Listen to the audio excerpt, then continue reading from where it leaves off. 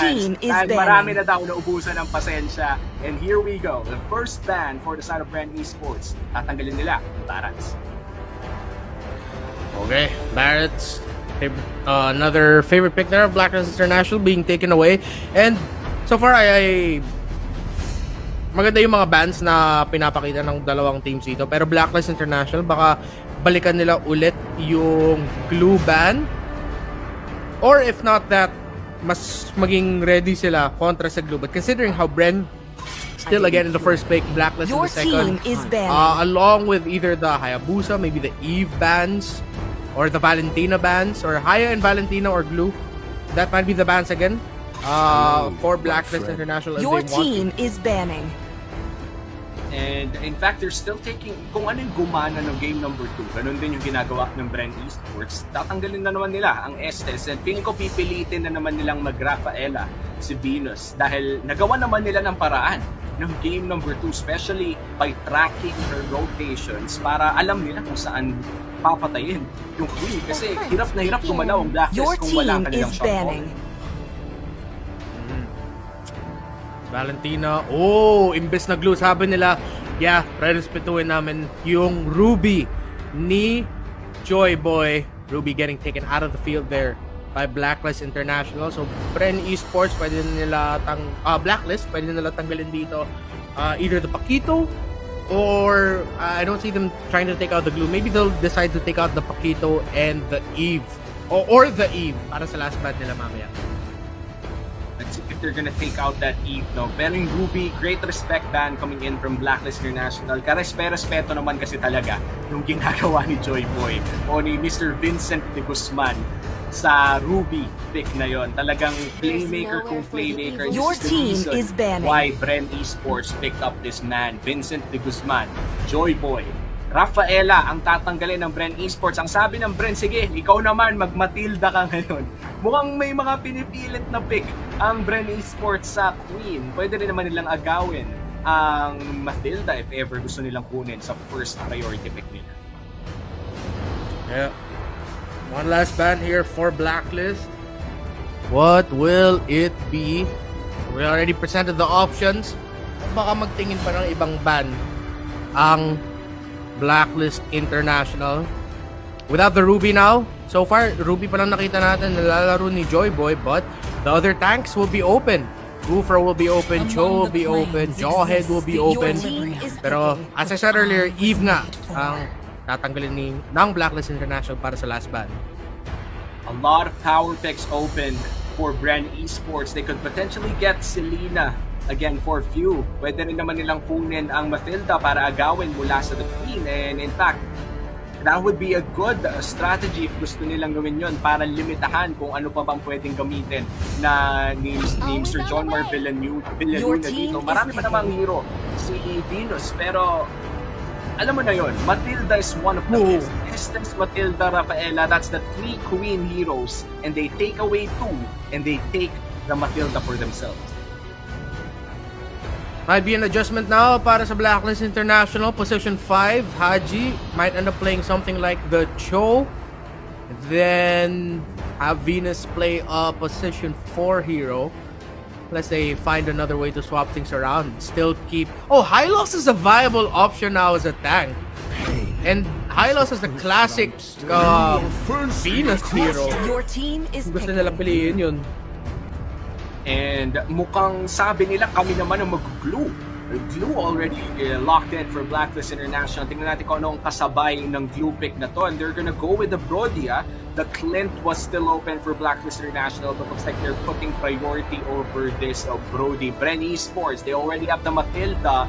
Pwede silang mag-Ube playstyle dito considering that they have one of the Ube heroes. Burst poke, ranged burst, yan ang hanapin ngayon dito ng Bren Esports. They have the Matilda on their side, so they can actually go for a lineup that has an artillery main, pwede sila mag-Sparta, or just something who can fall from afar para maging safe sila with the damage output. Let's see what they pick. Your team is Lancelot. Lancelot will be the pickup here for Bren Esports. And it worked out for Saksa in game number 1. pero Lilia muli ang kukunin ni View for the mid lane. Ibig sabihin, position 5 Matilda ang ating makikita for Bren Esports. And this is a lot of wave clear and damage already for the side of Bren. Wala pa tayo masyado nakikitang front line. At hindi na ako magtataka if ever Blacklist International ay magbaban ng Jawhead, considering that Joy Boy is really known for his Jawhead plays way back. No. Those are viable options here. Blacklist International. What are they gonna pick up? Could be a mid laner first. Pwede nilang tapatan agad ang Lilia. Pwede silang kumuha ng pansapat sa Lilia. Ano kaya ang kanilang ilalock in dito? The Aldos. Oh, wow. Another signature pick. Looking to be in the hands of Wise himself.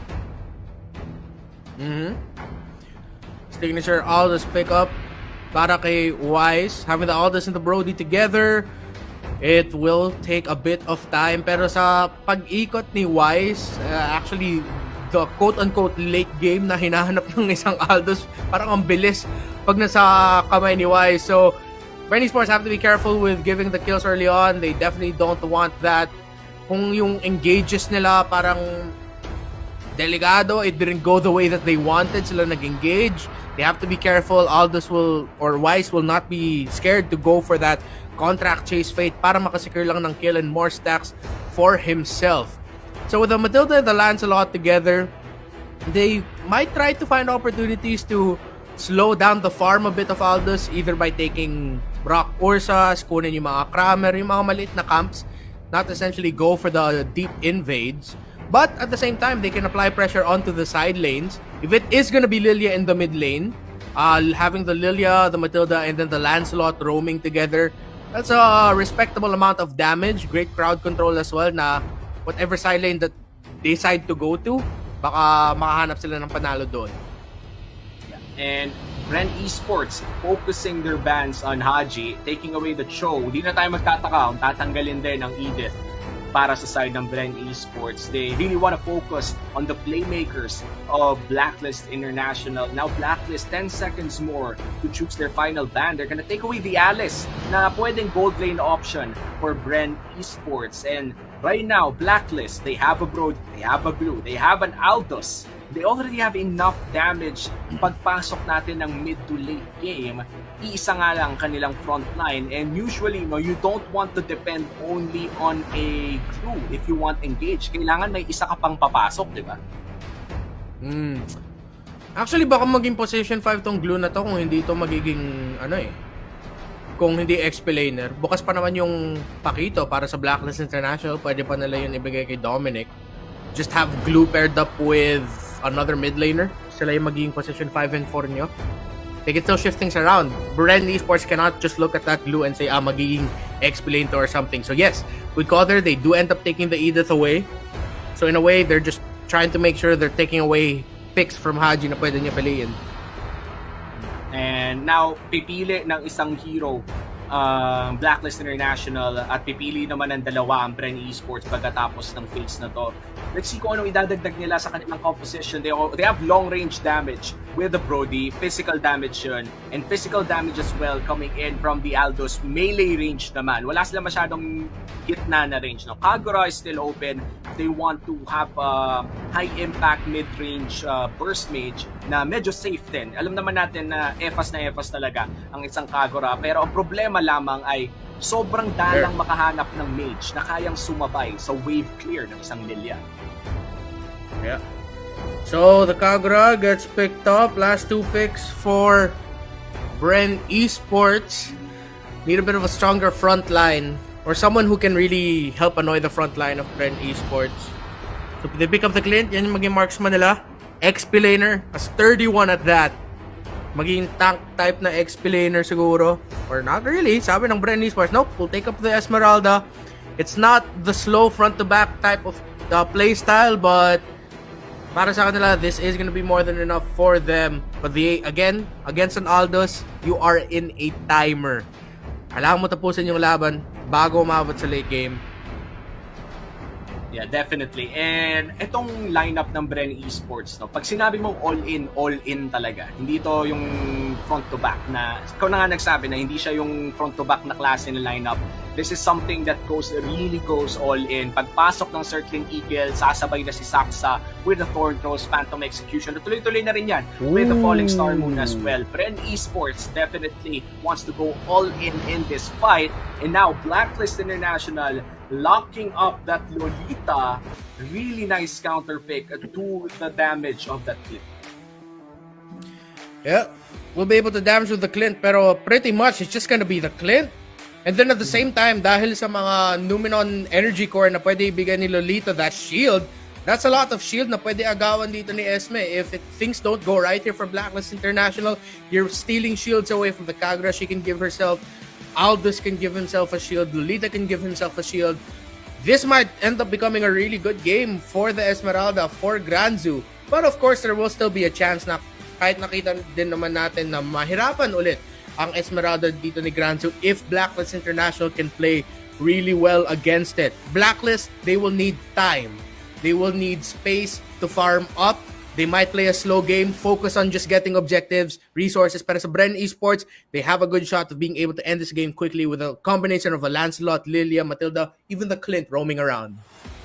Well, let's see how this one ends because series number 4 will start or will end after this game number 3 between Bren Esports and Blacklist International. Let's enter the land of Dawn. And as you said, aggressiveness will be the game for Bren Esports. Look at Joy Boy, ginugulo lang talaga si Wise.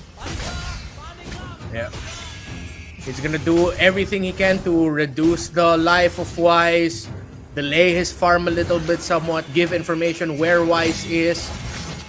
That's gonna be Little Wonder going on the side of Blacklist, and so far uninterrupted stacks for Wise. And I feel like this Lolita pick, no, as you said, Clint lang naman talaga ang babawasan niya ng damage, but I feel like this is more of an equalizer in terms of early to mid-game power para lang ma-prevent ang pwedeng power spike ng Bren Esports here as we see Wise trying to get his stacks early on. As you said earlier, Renmar, mabilis mag-stack to si Wise.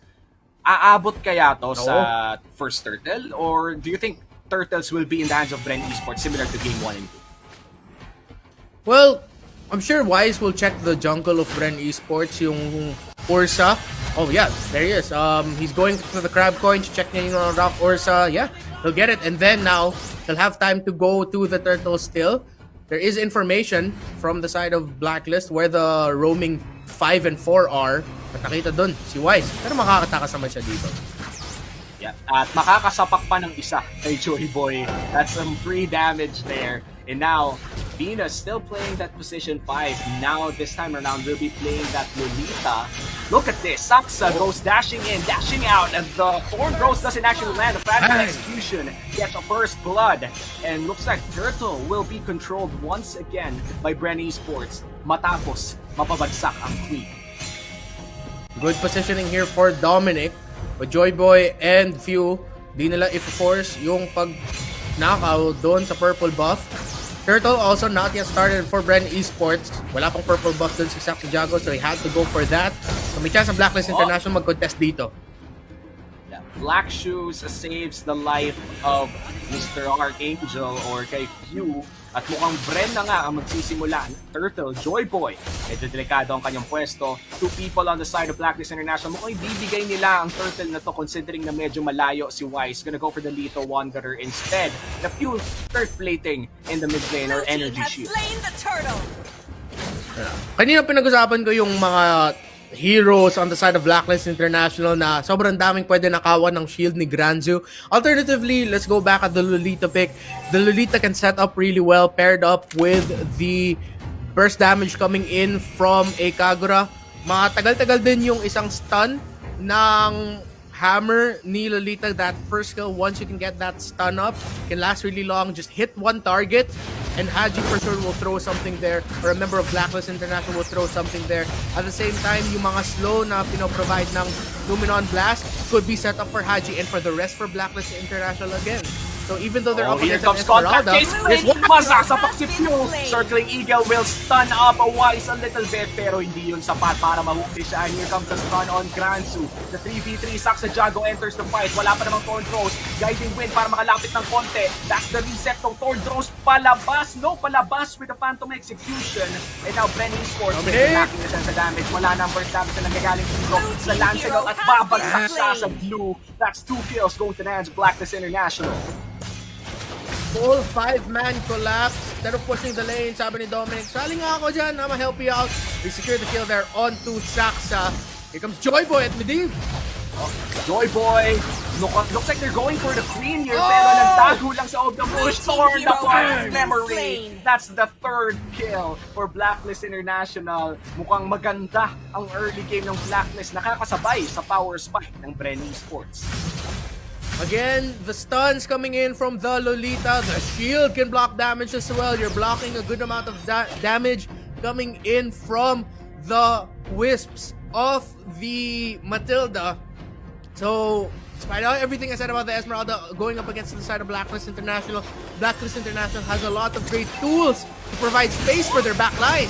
Oh no, Bren Esports, they actually get the queen this time around. They're looking for Venus. One more shot could seal the deal, but here comes Wise, and they don't get the queen. In fact, they even lose Sakta. And here comes the movement on Blast. He can't even go near anymore. Granzu na ata ang sunod. It's a 2v1, pero nice guiding wind galing dito kay Joyboy. And now Turtle will be secured by Blacklist International. The great escape from the queen. Kala na nga na, like, same thing as you. I thought that would be it for Oh My Venus. But then, Oh My Venus able to get away. Nakatakas pa siya at ang mga miyembro ng Blacklist International naka-respond. Dominic at saka si Wise nakasali sa laban. 1 kill there for Wise already. What a rotation, what a response. Galing sa Blacklist International. Man, Blacklist International, they were in the receiving end of plays, pero nakukontra nila mga plays na nanggagaling sa Bren Esports. And kudos to Bren Esports, of course. Alam nila yung power spike nila, alam nila na kailangan sila yung nagiging agresibo sa ganitong oras. Pero dahil sa mga slight micro errors na nakikita natin, ay Blacklist International ang mga nanalo sa mga fights na lang. Let's see if they will continue to become aggressive. They're gonna go for the XP lane instead. Here comes the contract chase update. Si Saksa ang target, cancelled with the Thorn Throws. Si Granzu na ata ang sunod. As far as Granzu, boy pa rin, pero nasa pagkaliwain. Si Saksa Jago with the kill. At mukhang makakambak pa ng konti dito. Nice exit with the Phantom Execution at buhay ang mga miyembro ng Bren Esports. Was that a 2v3, 2v4? Ended up becoming a 1-for-1 trade. Nakuha ng second kill dun si Wise. There, look at that. 2 versus 4. Wise escapes to the kill. Pero at least nakabawi doon ng Bren Esports. Again, this is Wise's signature Aldous.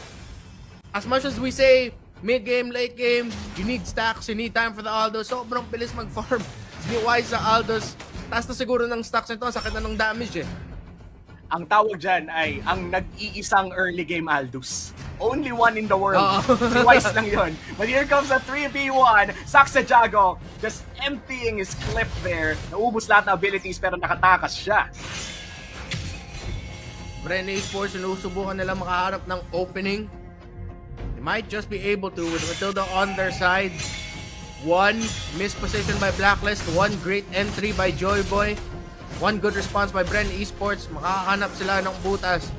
2, turn this game around. Brute Force Breastplate na pick up na dito ni Granzu should help with the tankiness of the Esmeralda. Pero, Turtle na naman napunta sa side ng Blacklist International. They have a gold lead. They have the tower lead. And ito yung problema, Radiant Armor na pulot na dito ni Wise. So that's already Dreadnought Armor, Radiant Armor, tas a Thunderbelt on that Aldous. That's gonna be less damage coming in from the Lilia and the Esmeralda. Most of the damage he'll be receiving will be physical if Saksa and Kevs can land the damage. Here comes a circling eagle from Bren Esports. They're trying to get the queen once again. Ow, torn apart memory! Gonna take down the Captain Pew. And that's 1 person down for the side of Bren Esports. Granzu cancels out the falling Star Moon. At mukhang Bren Esports ay napabagsak na naman. 0-3 CQ in this game. Grabe, umabot pa talaga yung torn apart memory doon ni Owl. Another good opportunity there for Bren Esports. They tried to make an opening, pero nakita natin the quick draw, full burst, blocked by the shield of the Lolita. Kung nabawasan lang na unti doon ni Kevs, or at least if that quick draw combo landed, could have been good subtraction doon sa buhay ng Blacklist International. Could have been a chance for Bren Esports to win that fight, but the block coming in just in time for Oh My Venus. Oh no, Few in trouble! The stun won't land coming in from Blacklist International, but that was a close call para kay Few. That would have forced out the black shoes. Few had that up, but then yeah, could have been really bad. At least black shoes forced out there. But Haji, Winter Truncheon, Lightning Truncheon, picking up here. So Bren Esports have to watch their spacing in team fights.